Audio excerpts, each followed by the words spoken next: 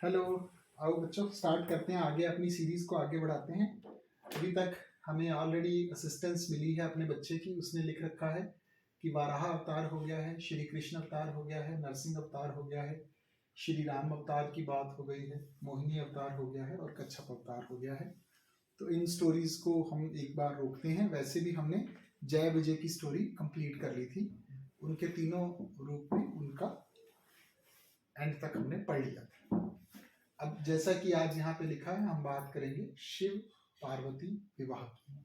तो let us start quickly, जल्दी जल्दी, स्पीड के साथ। जय श्री शिव जी महाराज की जय।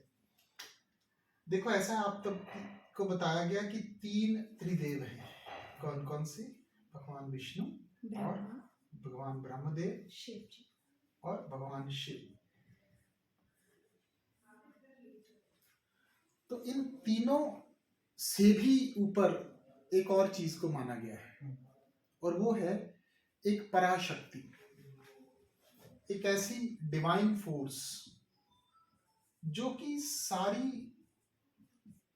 ब्रह्मांड का, सारी सृष्टि का, सारी नेचर के होने का कारक है। उसको क्या कहा जाएगा? पराशक्ति या डिवाइन फोर्स। क्योंकि एक डिवाइन फोर्स तो है ही है ना, जो किसी भी रूप में ना होकर भी हर जगह पे है। इसी डिवाइन फोर्स को हम लोग अपनी रूटीन की भाषा में किस नाम से जानते हैं? नेचर या प्रकृति। किस नाम से जानते हैं? नेचर या प्रकृति। तो एक पराशक्ति हमेशा ही है। भगवान विष्णु, भगवान ब्रह्मदेव, भगवान शिव से भी ऊपर है। तो कहा यह गया है हमारे पुराणों में कि इन तीनों ने बहुत ज्यादा तप किया, बहुत ज्यादा तपस्या की। और किसकी तपस्या की? उस पराशक्ति की, उस डिवाइन फोर्स। तो उस डिवाइन फोर्स ने इनको ये आशीर्वाद दिया कि मैं आप तीनों के साथ आपकी पत्नी बन के रहूंगी।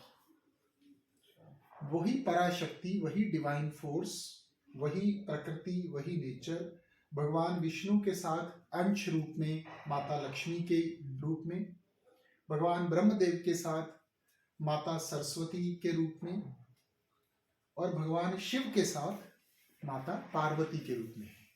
तो पहले तो हमें ये कॉन्सेप्ट, ये लॉजिक अच्छे से समझना है कि हिंदू धर्म के हिसाब से किसी भी इंसान, किसी भी मेल के साथ जो उसका फीमेल है, एक्चुअली वो फीमेल किसको रिप्रेजेंट करता है?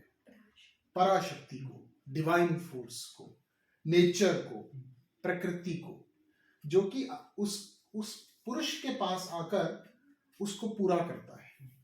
तो इसलिए उस पराशक्ति ने कहा कि मैं आप तीनों के पास अपने स्वरूप में रहूंगी। तो अब इन तीनों में से हम आज किन की बात करेंगे? शिव जी की। तो शिव जी ने बड़ी कठोर तपस्या की, और शिव जी ने जब बड़ी कठोर तपस्या की तो शिव जी को उस पराशक्ति ने कहा कि मैं आपकी पत्नी के रूप में आपके पास आऊंगी, तो आप मेरी भक्ति कीजिए ताकि आप मुझे प्राप्त कर सकें। सही टाइम आएगा तो मैं आपके पास आऊंगी।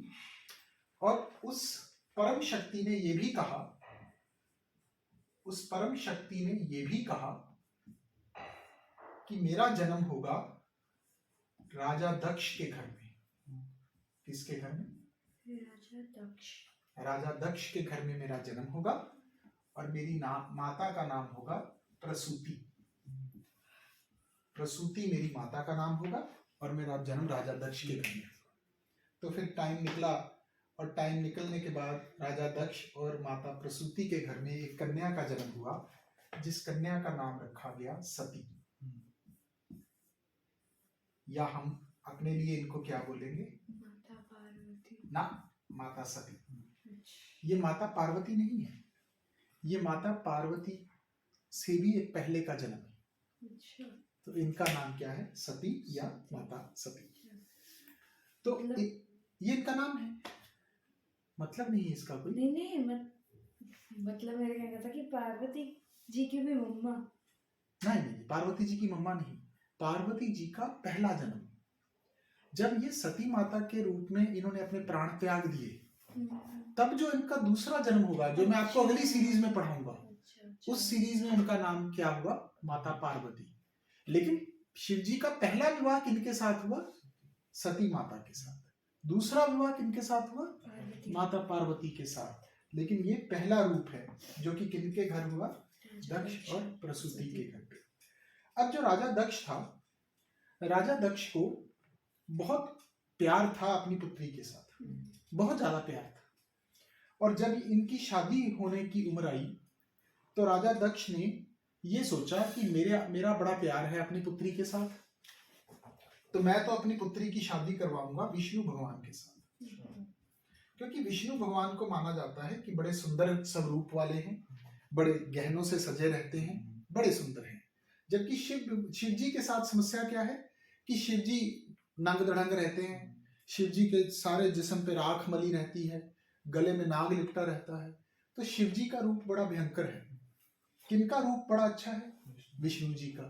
और दक्ष जी क्या चाहते थे कि मेरी पुत्री का विवाह किससे हो? विष्णु जी से।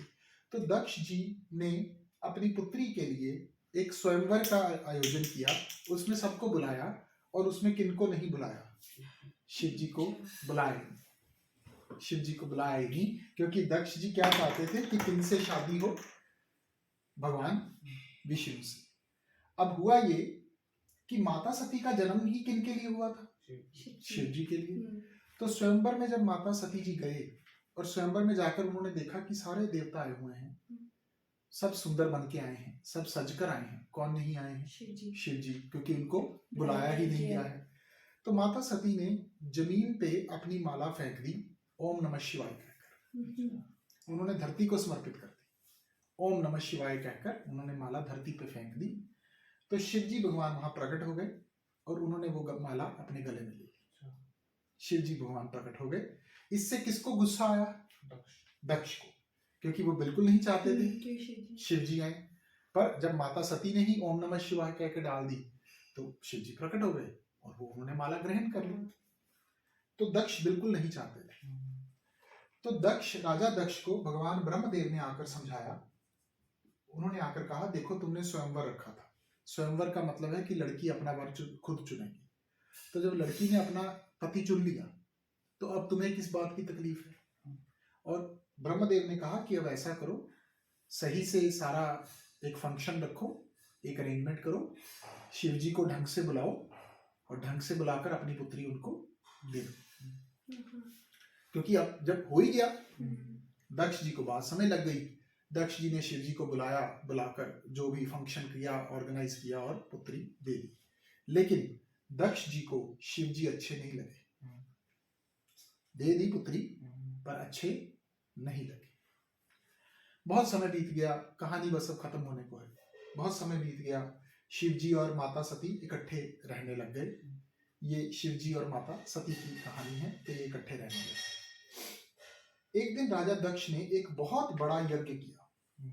क्या किया? यज्ञ। और उस यज्ञ में दुनिया जहान से सबको बुलाया और भगवान विष्णु को उस यज्ञ का रक्षक बनाया। उनको जाकर क्या कहा कि महाराज मेरे यज्ञ के क्या बनिए? रक्षा आपने करनी है। सब आए, लेकिन ना तो शिव जी को बुलाया ना सती माता को बुलाया। मतलब अपनी पुत्री को नहीं बुलाया। क्यों नहीं बुलाया? पसंद नहीं थे। क्योंकि उनको शिव जी का प्रताप ही नहीं पता। उनको शिव जी पसंद ही नहीं, उनको प्रताप ही नहीं पता शिव जी का। जब ये बात माता सती तक पहुंची कि मेरे पिता ने इतना बड़ा फंक्शन किया, सबको बुलाया दुनिया जहान को, मेरे पति को नहीं बुलाया, तो उनको बड़ा बुरा लगा। उनको ऐसे लगा कि मेरे हस्बैंड को बुलाया जाना चाहिए था, उनको रिस्पेक्ट दी जानी चाहिए थी, तो उनको बड़ा बुरा लगा। तो माता सती ने शिव जी को कहा कि ऐसा है, मेरे पिताजी बड़ा फंक्शन कर रहे हैं, तो हम भी चलते हैं। तो शिव जी ने कहा नहीं, जहां ना बुलाया जाए वहां जाना नहीं चाहिए। नियम ये कहता है कि जाना वहां चाहिए जहां बुलाया गया हो। जहां ना बुलाया गया हो वहां जाना नहीं चाहिए, वहां जाने से नुकसान होता है। पर माता सती को ये लगा कि मेरे तो पिता का घर है, तो माता सती ने जिद पकड़ ली। उन्होंने कहा नहीं, मैं तो जाऊंगी और मैं वहां से जाकर पूछूंगी कि आपको क्यों नहीं बुलाया, और मैं आपकी रिस्पेक्ट चाहती हूं कि वहां हो। इसलिए मैं जाऊंगी। भगवान शिव के मना करने के बावजूद भी माता सती कहाँ चल दी? अपने पिता के घर। जब वो अपने पिता के घर पे गई तो वहां बड़ा यज्ञ चल रहा था, और उन्होंने जाकर अपने पिता से पूछा कि जी आप क्या कर रहे हो, ये आपने ना मुझे बुलाया ना मेरे हस्बैंड को बुलाया, ये क्या है? तो राजा दक्ष ने गालियां निकालनी शुरू कर दी। किनको?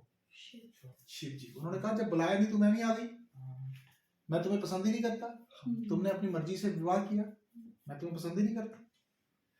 अब वहां पे माता सती इतनी कैपेबल हैं, पराशक्ति हैं, कि वो चाहती तो सब कुछ नष्ट कर सकती थी, लेकिन माता सती को ये था कि फिर भी मेरे पिता का घर है। तो माता सती ने सब कुछ नष्ट नहीं किया। उन्होंने क्या किया? उन्होंने उस यज्ञ में कूद कर अपने आप को खत्म कर लिया। अच्छा। वो उस यज्ञ में कूद पड़ी और उन्होंने योग अग्नि से अपने आप को खत्म कर लिया। तो यहाँ किसकी मृत्यु हो जाती है? एक बार माता सती की। हालांकि वो पराशक्ति हैं, उनकी मृत्यु नहीं हो सकती है, पर ये सारी लीलाएं हैं आपको बहुत कुछ सिखाने के लिए। नया जन्म लेना, नया जन्म भी लेना है, पर आप हम लोगों को बड़ा कुछ इससे सिखाना है। इससे हमें सिखाना है कि एक पुत्री ने अपने पिता को चाहती तो वो सब नष्ट भ्रष्ट कर सकती थी, लेकिन उसने अपने पिता को ऐसा नहीं कुछ किया, अपनी प्राण दे दिए। इससे सीखने को मिलता है कि अपने पति के लिए प्राण दे दिए, तो बड़ा कुछ सीखने को मिलता है। तो माता सती ने अपने आप को खत्म कर दिया। बस अब story is about to finish. जब ये बात पता लगी शिव जी को, तो शिव जी का तीसरा नेत्र खुल गया। शिव जी भगवान के पास कितने नेत्र हैं? 3। 2 ये हैं, तीसरा माथे पे। जब उनका तीसरा नेत्र खुलता है तो प्रलय आती है, तो सब कुछ, सारी पृथ्वी खत्म हो जाती है। शिव जी भगवान का तीसरा नेत्र खुल गया, सब तरफ हाहाकार मच गया, बुरा हाल हो गया, सारी सृष्टि उलट पुलट गई। और फिर उस तीसरे नेत्र से